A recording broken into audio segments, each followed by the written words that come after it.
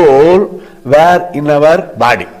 तो ये आत्मा है वो हमारे जीवन में, हमारे अंदर कहां पे है?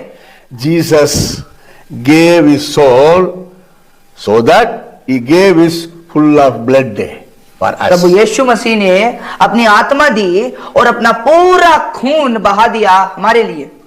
So soul is in our blood circulation.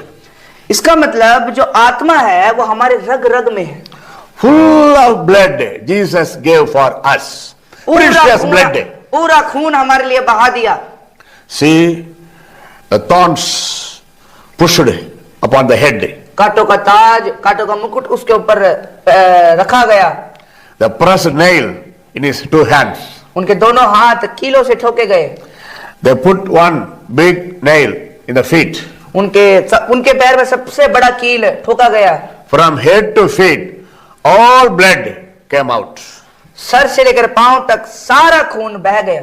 If one man or one woman died, little blood, every human, little blood, just 500 gram in their heart.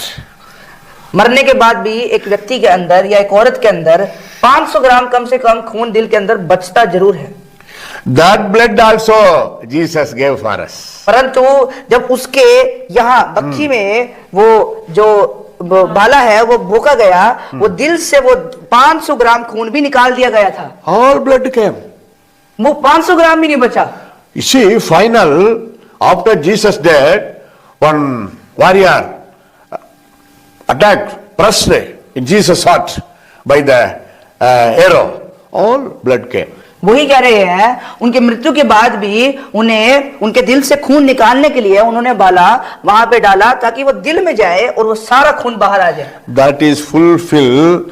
Jesus gave his soul for our life. He gave his full of blood. No, only one drop blood is saved.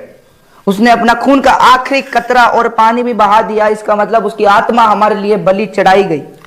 Our heavenly Father loved so much.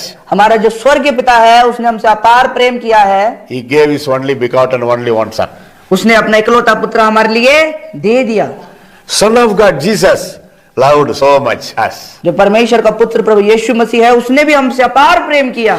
He gave his full of blood. उसने अपना सारी आत्मा, शरीर, प्राण, आत्मा सब कुछ दे दिया। He died for us. वो मरा हमारे लिए। But what is the great good news? लेकिन उससे बेहतर एक न्यूज क्या है, खबर क्या है? On third day he rose from the death. तीसरे दिन वो हमारे लिए फिर से जी उठा।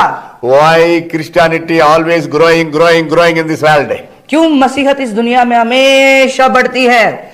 Jesus born for us. प्रभु यीशु मसीह हमारे लिए जिया। Jesus died for us. प्रभु यीशु मसीह हमारे लिए मरा।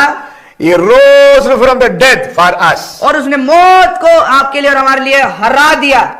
So that Christianity never fail. ताकि ये जो मसीहत है ये कभी भी ना हारे।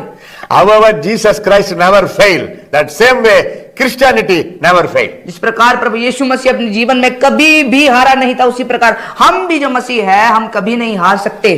In this whole world, इस पूरी दुनिया में many flight coming to only one country. Too much of flights. बहुत सी जो फ्लाइट्स हैं वो एक कंट्री में जरूर आती है। Which country? कौन सा कंट्री, कौन सा देश? एक ऐसा Can you देश say है anybody? जहाँ पे हर प्रकार की फ्लाइट्स आती हैं, हर प्रकार की एरोप्लेन। Which country? कौन सा देश?